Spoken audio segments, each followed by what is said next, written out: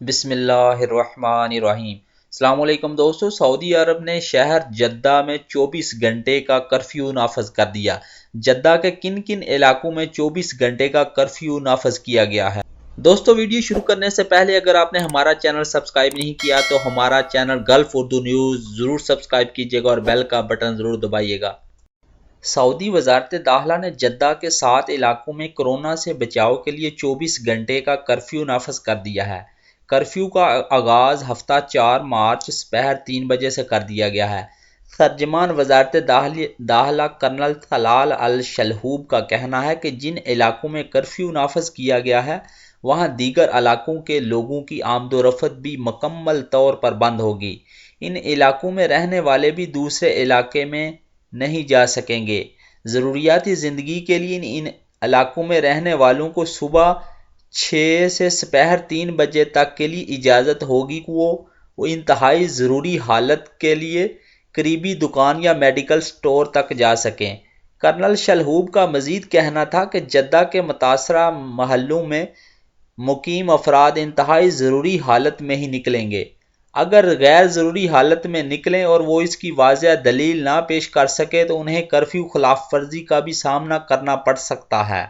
سعودی خبر رساں agency S P اے کے مطابق جدہ کے جن علاقوں میں 24 گھنٹے کا کرفیو نافذ کیا گیا ہے ان میں جنوبی جدہ کا کلو 14 کا شمالی علاقہ مہجر، غلیل، القریاب، کلو 13 اور پیٹرومین کے علاقے شامل ہیں۔ یہاں رہنے والے دوسرے علاقوں میں نہ جا سکیں گے اور نہ ہی دوسرے علاقوں کے لوگ ان محلوں میں آ سکیں گے۔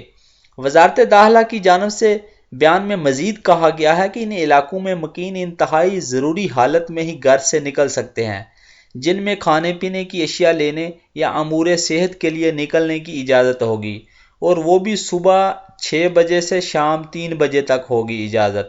کرفیو سے وہ تمام شعبے کے اہلکار مستثنیٰ ہوں گے جنہیں پہلے بھی کرفیو زدہ علاقے میں جانے کی اجازت ہے۔ وزارت صحت کے ترجمان کا کہنا ہے کہ گزشتہ 24 گھنٹے کے دوران مزید 140 افراد کے کورونا میں مبتلا ہونے کی تصدیق ہوئی ہے، جس کے ساتھ سعودی عرب میں کورونا وائرس کے مریضوں کی تعداد 2179 تک پہنچ گئی ہے۔ وزارت صحت کے ترجمان ڈاکٹر محمد العبد العلی نے یومیہ پریس کانفرنس کرتے ہوئے بتایا کہ گزشتہ 24 گھنٹے میں 69 افراد کورونا سے صحت یاب ہوئے ہیں۔ کورونا وائرس سے شفا یاب ہونے والوں کی مجموعی تعداد 420 ہو گئی ہے۔ اب تک ہونے والی ہلاکتوں کے سوال پر ڈاکٹر عبد العالی کا کہنا تھا کہ کورونا وائرس کی وجہ سے مملکت میں اب تک 29 افراد ہلاک ہو گئے ہیں۔ ترجمان وزارت صحت کا یہ بھی کہنا تھا کہ کورونا وائرس میں مبتلا بیشتر مریضوں کی حالت اب تسلی بخش ہے۔ بہترین طبی سہولتیں فراہم کی جا رہی ہیں۔ وزارت صحت اور مملکت میں دیگر اداروں کی مثالی حکمت عملی کارگر ثابت ہو رہی ہے، جس کے بہت زیادہ مثبت اثرات بھی نمایاں ہو رہے ہیں۔ ڈاکٹر عبد العالی نے مزید کہا کہ وزارت صحت کی جانب سے کورونا سے بچاؤ کے لیے جن احتیاطی تدابیر کے حوالے سے لوگوں کو آگاہ کیا جا رہا ہے ان پر سختی سے عمل کریں تاکہ جلد از جلد اس وبا پر قابو پا سکیں۔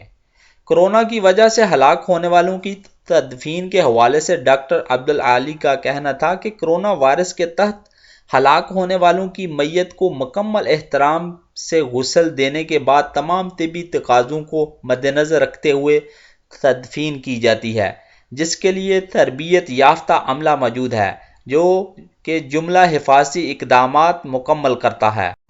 آج جدہ میں کرفیو نافذ کرنے سے پہلے مکہ المکرمہ اور مدینہ المنورہ میں بھی 24 گھنٹے کا کرفیو نافذ کیا جا چکا ہے تاکہ لوگوں کو سماجی رابطوں سے دور رکھا جا سکے۔